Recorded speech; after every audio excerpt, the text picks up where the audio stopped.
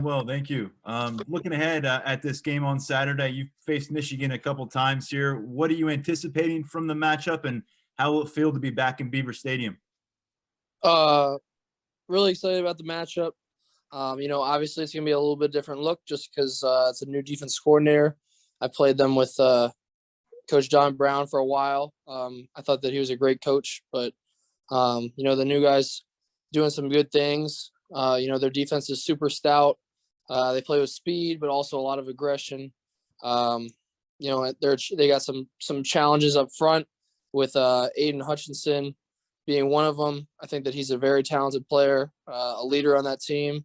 But yeah, I think that they have a lot of things going for them. But we're obviously excited for the opportunity, and like you said, really excited to get back into Beaver Stadium, and try to go 1-0 this week.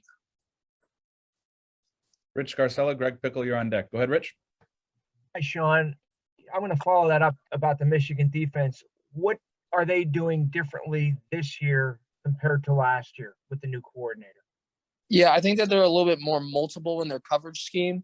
In the past, they played a lot of man, a lot of one high stuff, getting a little bit too high, flirt with both, but never, anything exotic. Whereas in now, I'm not saying that they're doing anything exotic per se, but they're doing more of everything. You'll see some too high stuff. You'll see the man. You'll see a little one high zone. They're just a little bit more multiple in their scheme, and I think that's been working for them. They've really obviously had success in it. They got the players to do it, so it's a challenge, but it's fun for me because it's just you got to put in that time, that film study throughout the week to be prepared and go in and know that you're confident in yourself and your teammates. So I'm really excited for the opportunity. Greg Pickle, Donnie Collins, you're on deck. Go ahead, Greg. Hey, Sean, thanks for your time. When you watched the film from the Maryland game on Monday, what were some of the top things to build on that you saw from what you guys did down there? Yep. I think the fast start is number one. We got to jump out to a quicker start. I thought that we had opportunities early and we didn't capitalize. But I think that we did the exact opposite pretty much in the second half, where we had those opportunities and we capitalized on most all of them. I still think that we left a lot in the second half as well, like a few plays, but I thought we did really good job of responding from the first half. But you just gotta, if you want to be an elite team, you gotta start fast. And I thought that we were in spots and places where we could have made some big plays to change the game's momentum, and we didn't exactly in the first half. But we got back on the saddle and really played a pretty clean second half. So a lot to build on, but a lot to like from that game as well. Donnie Collins, Joe Giuliano on deck. Go ahead, Donnie. Hey, Sean. How has Jahan's work ethic impressed you over the years? How is it different than other players, and have you seen it rubbing off on some of the younger receivers? Yeah, I think that his work ethic has kind of been one of the things that has gotten him to this point. He played as a freshman. It takes a lot of work, a lot of studying, a lot of film to do that. And he had a role his freshman year, which is kudos to him. And then ever since then, he's never really taken a back seat. He's always wanted more on his plate. And this year, obviously, he wanted to be the true leader in that room. He wanted to be a role model for the younger guys and a role model for the older guys as well. I learn things from Jahan every day. And he's a great friend. He's a great player, and he's a great teammate. So, he's working extremely hard to win these games. And I think that it's inspiring. Joe Giuliano, Mark Brennan, you're on deck. Go ahead, Joe. Hi, Sean. You referenced Aiden Hutchinson earlier, and the other guy, Ojabo, gives them a pretty good pair of defensive ends. What are the challenges there, especially for a guy like Ojabo who's got 4 forced fumbles for the season? Yeah, I think that they do a very good job of getting pressure on the quarterback. Both of them are extremely talented. They got speed off the edge, but they also got some pretty good moves that come with it. I think that both of them are also very good in the run as well. It's just kind of apparent when I think Aiden has 7.5 sacks and Ojabo has 8 sacks. So, 15 sacks combined with the 2 of them is pretty impressive number. But yeah, it's just a little bit of enhanced focus there. I got trust in both guys, Rasheed Walker and Caden Wallace, my 2 tackles, and honestly the whole offensive line to handle that. But at the same time, you got to give credit where credit's due. They got a lot of talent up front, and you just got to prepare for them. Mark Brennan, Andrew Lee Penwell, you're on deck. Go ahead, Mark. Hey, Sean, thanks for your time. We haven't seen you contribute as much to the rushing game in recent weeks for very understandable reasons. Has that been tough on you, though, to not be able to do what you usually do? And do you feel as if you're getting back to where you can do some of those things again? Thank you. Yeah, I feel like I've not been involved as much in the rushing game, but I don't know if I would say that was due to injury or any, external source like that. I think it was more, we're putting up numbers in the pass game. I feel extremely confident in the pocket right now. Getting a lot of protection, guys getting open downfield. I think, that's kind of also influencing it. I feel like, there's some plays that I can make outside the pocket, and when they're there, I'm going to make them. But, I've also grown up a little bit, and I've understood that standing in the pocket and waiting that extra half, maybe second or 2, there's going to be guys coming open. You're getting through your full progression.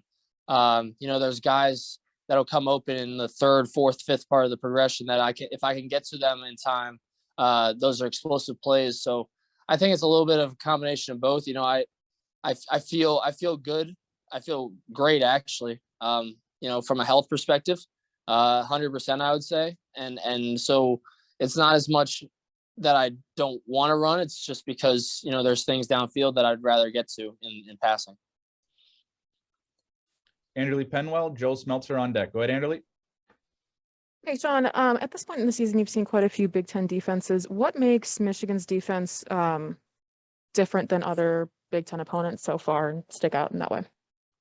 Yeah, I think the Big Ten's always known for having great defenses. I think that, you look at our defense, that's just another example. Each Big Ten team, has a lot of talented players. I think that that's where Michigan, obviously does a great job. They recruited well, and now they got guys at every position that are game changers. That's why they're a top 10 team in the country. And they're playing extremely good football right now. So, you gotta just make sure that you're on every single play. You can't take a play off. You got to make sure that you're IDing the right guys. You got to make sure you're putting yourself and your team in the right protections and the right run plays and giving yourself the best chance to win against these type of teams because they're so talented. Joe Smeltzer, Tyler Donahue on deck. Go ahead, Joe. Sean, obviously, the past month has not been easy, either from a team standpoint with that 3-game losing streak or for yourself dealing with injury. After the Maryland kind of got you guys off the schneid, looking back, over this past month, have you learned anything about yourself that you feel can benefit you going forward in your last few weeks here? I learned stuff from each game. Specific scenarios, situations. I think that, honestly, health is obviously a huge factor in football. Just making sure that I keep my body as primed as possible to be able to perform at the highest level that I can. But yeah, you take things from each game and there's really specific scenarios. When you played as much football as I have in college, you kind of, you start to see some things overlap and that's good because, I've learned from past experiences and been able to develop my game off of that. So. Tyler Donahue, Justin Morgenstein on deck. Go ahead, Tyler. Yeah, Sean, someone that I asked Jahan about yesterday, and James mentioned after his first career catch is Malik Mega. Could you offer some perspective on his, journey to getting on the field and making a productive plays for this team coming off the injury in the preseason? Yeah, he's extremely hard worker. He plays with a chip on his shoulder, with something to prove. He's somebody who you can, rely on to get open. He's got incredible speed. I think he's one of the top 3 fastest guys on the team right now. And he is only getting better. And that's the thing. I think that, his floor is extremely high, and his ceiling is, I don't even know where it could be. He could be one of the best receivers in that room. And I think that Jahan and Parker and Dre and all of them would also agree that, he's got so much talent. I think he's still young, still learning, but he works just as hard as anybody else, always asking questions, watching tape. So just, somebody who everybody needs to watch out for, in my opinion. Justin Morgenstein, Rich Scarcella on deck. Go ahead, Justin.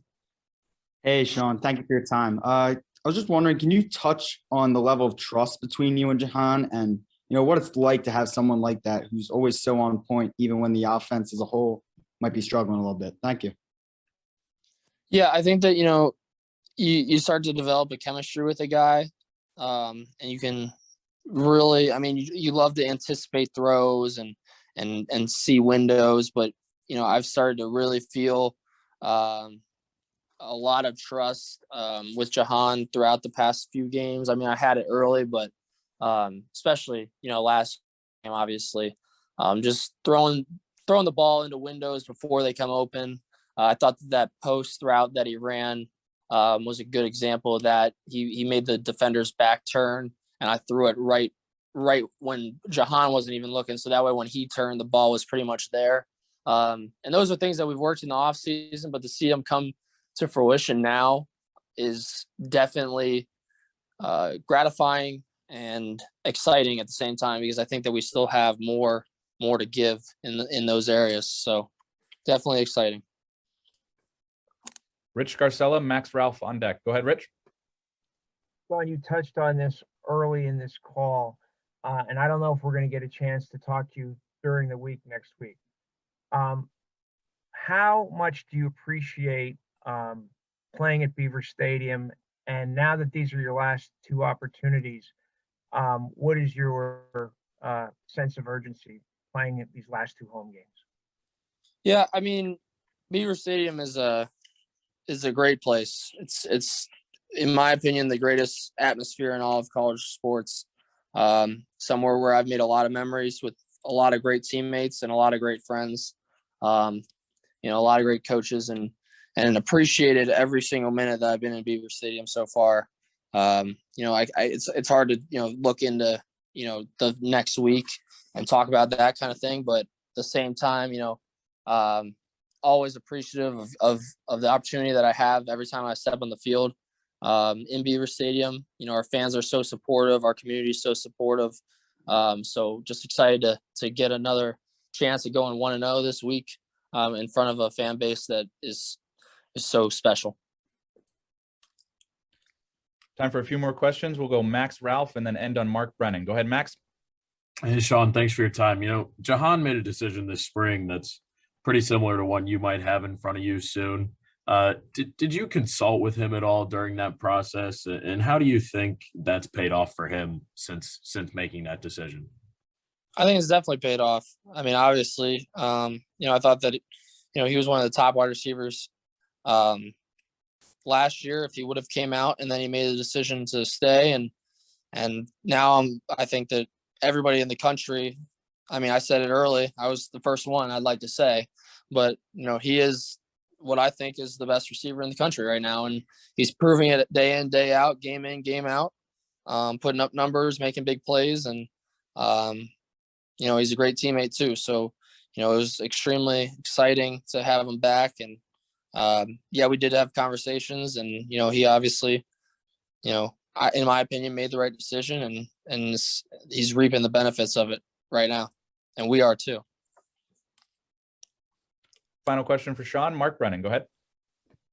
Sean, I just want to be really clear on something because I don't want things to be taken the wrong way, but are you looking at these as your final 2 games at Beaver Stadium? Because I think you have another year left possibly if you wanted it.